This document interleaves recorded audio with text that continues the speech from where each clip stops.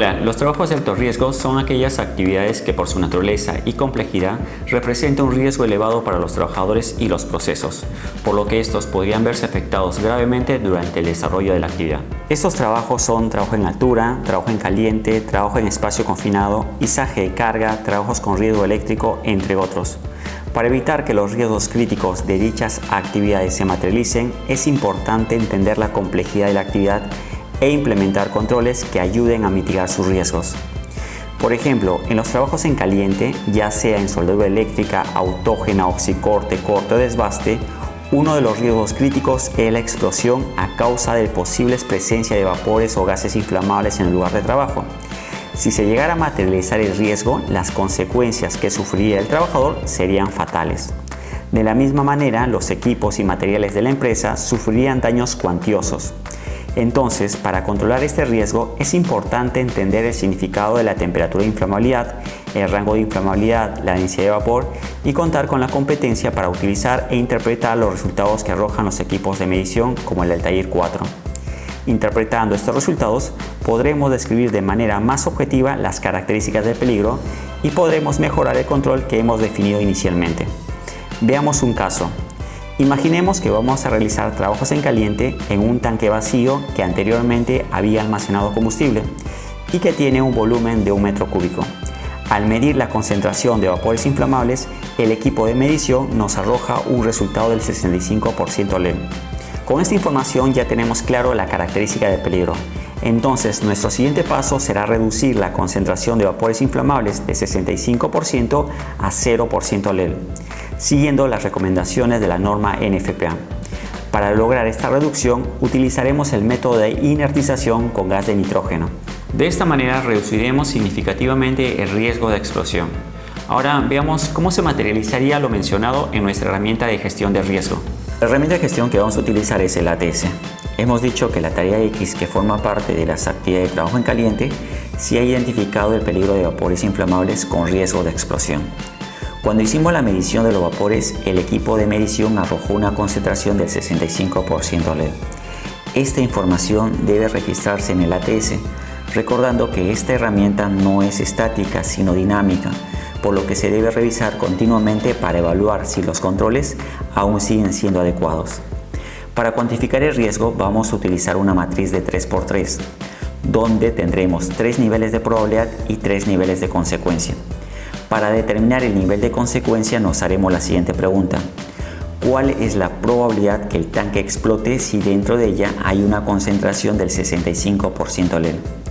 Si tenemos conocimiento sobre el rango de inflamabilidad y cómo este se relaciona con los resultados que nos brindan los equipos de medición, diremos que la probabilidad es menor que probable, pero mayor que improbable. Como no tenemos un valor intermedio, nos quedamos con probable. Para el caso del nivel de consecuencia, nos preguntaremos, luego de la explosión, ¿qué consecuencias se materializarán en el trabajador? Aquí colocaremos muy grave, ya que el trabajador podría morir. Luego multiplicaremos 2×3, dándonos un valor de 6. Esta es la magnitud del riesgo. En la siguiente columna nos preguntan si el riesgo es alto o no. Solo será alto si la magnitud del riesgo se encuentra en la zona roja de la matriz, por lo que colocaremos que sí. En la siguiente columna me preguntan sobre los controles que aplicaremos para reducir el riesgo. Hemos dicho que reduciremos la concentración de vapores inflamables de 65% a 0 mediante el método de inertización con gas de nitrógeno. Este método consiste en ingresar nitrógeno al tanque para que éste desplace mecánicamente los vapores inflamables, reduciendo así su concentración. Entonces colocaremos lo mencionado en esta columna.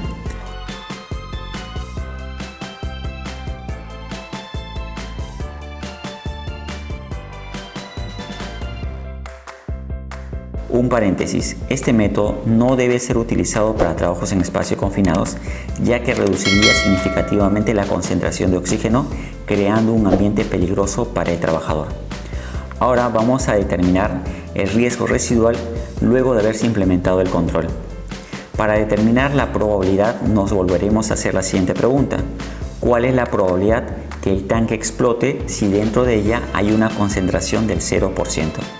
Aquí la probabilidad se reduce significativamente, por lo que tomaremos el valor más pequeño, es decir, improbable. Para el caso de la consecuencia, como el control afecta directamente el peligro, pudiendo decir que lo elimina, colocaremos 1, ya que sería un control de eliminación. Ahora bien, digo pudiendo decir, ya que esto dependerá de varios factores, como por ejemplo si el tanque está conectado a través de tuberías que pudieran suministrar más combustible o más vapores inflamables, o si el combustible ha sido trasegado recientemente. Así es que es necesario que analicen las condiciones de trabajo para ver la necesidad de aplicar controles adicionales. Con este control hemos reducido el riesgo de explosión de 6 con riesgo alto a 1 con riesgo bajo. Con esto solo hemos controlado el riesgo de explosión para trabajos en caliente, pero aún nos falta controlar los demás riesgos de esta actividad, como por ejemplo inhalación a gases tóxicos, exposición a ruido, proyección de material incandescentes, entre otros. Debemos de controlar estos riesgos antes de iniciar cualquier tipo de actividad. Para el caso de los demás trabajos de alto riesgo, de la misma manera, debe pasar por un proceso de gestión de riesgo antes de iniciar la actividad. Ejemplo, en los trabajos de izaje, un riesgo crítico es la falla de estructura o volcamiento de la grúa, que deberá de ser controlada con un adecuado plan de izaje. Y no me refiero al documento en sí, sino me refiero al análisis y la planificación que debemos realizar durante su elaboración, como el determinar el peso de la carga neta, la capacidad de la grúa en las configuraciones que tendrá, las tensiones que se generan en las eslingas, la identificación del límite de carga de trabajo, la carga de ruptura, el factor de seguridad de los accesorios de izaje, así como la inspección previa de estas utilizando los criterios de rechazo que nos brinda la norma ASME para cada accesorio. Para el caso de trabajos eléctricos con tensión, se deberá de controlar el riesgo crítico de choque eléctrico y relámpago eléctrico mediante la identificación y aplicación de la frontera de aproximación limitada, la frontera de aproximación restringida, la frontera de arco eléctrico y la selección de los equipos de protección personal en función al tipo de corriente, a la magnitud de la tensión nominal, a la magnitud de la energía incidente, utilizando para ello los requisitos brindados en la norma NFPA. Como puede observar, si bien solo hemos revisado de forma superficial el 3 tipos de trabajos de alto riesgo, cada una de ellas tendrá un riesgo crítico que deberá de gestionarse de una forma adecuada antes de iniciar la actividad. Y para ello es importante utilizar los requisitos brindados por las normas internacionales como la norma NFPA, la norma ANSI, la norma OSHA, entre otras normas. Solo gestionando adecuadamente los riesgos potenciales de los trabajos de alto riesgo, garantizaremos la seguridad y salud del trabajador, así como la rentabilidad y continuidad de negocio. En CIMA Consultores brindamos cursos de trabajo de alto riesgo. Puedes visitar nuestra página web cimaconsultores.com.